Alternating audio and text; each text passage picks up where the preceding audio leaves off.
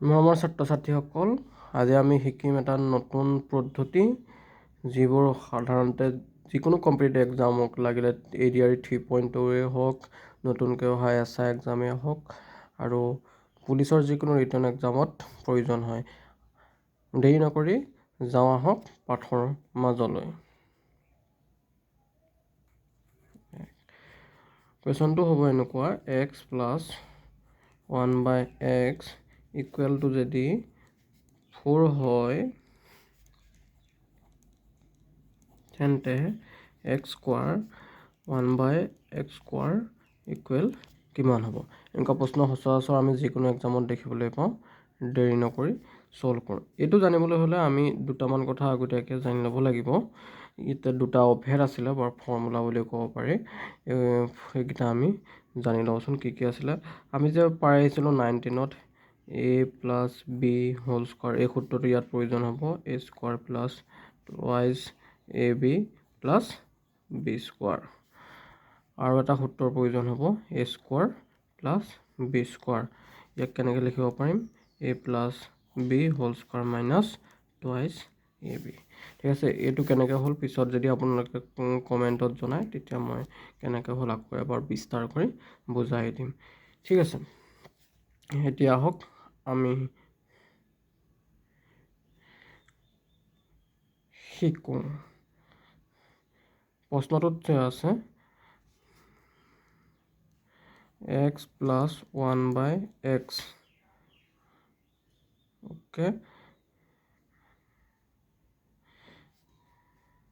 এতিয়া ইয়াক আমি কি কৰোঁ? স্কোৱাৰ কৰি দিম। স্কোৱাৰ কৰিলে কিমান পাম?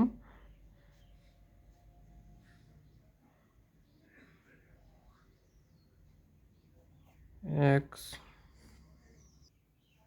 গতিকে আমি x প্লাছ 1/x তাকো আমি সমানে বৰ্গ কৰিছোঁ, স্কোৱাৰ কৰিছোঁ। গতিকে আমি 4টোকো স্কোৱাৰ কৰিব লাগিব।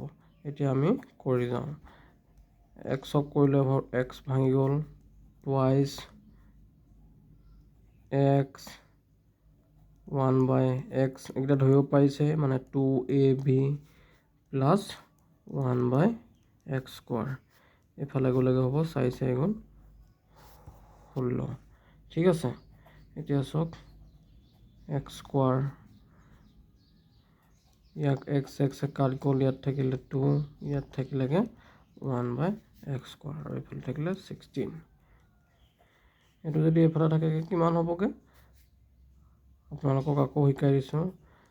x স্কোৱাৰ 1/x স্কোৱাৰ আৰু প্লাছ 2টোক এইফালে লৈ গ'লে হ'বগৈ -2, গতিকে উত্তৰটো হৈ গ'ল 14। এতিয়া আপোনালোকে গম পালেনে কিমান সহজে আমি এটা সূত্ৰ জানিলেই উলিয়াব পাৰোঁ? 14।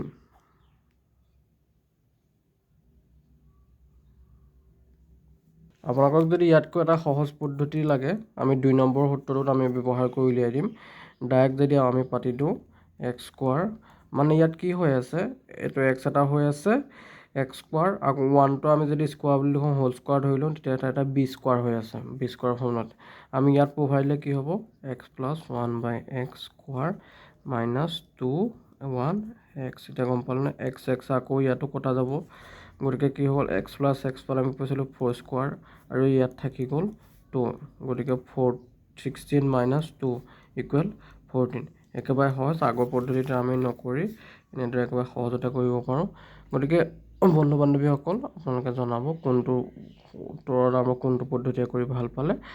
আশা কৰোঁ এনেকুৱা শ্বৰ্ট টিপছ আগলৈও দি যাম, আপোনালোকে সঁহাৰি জনাব।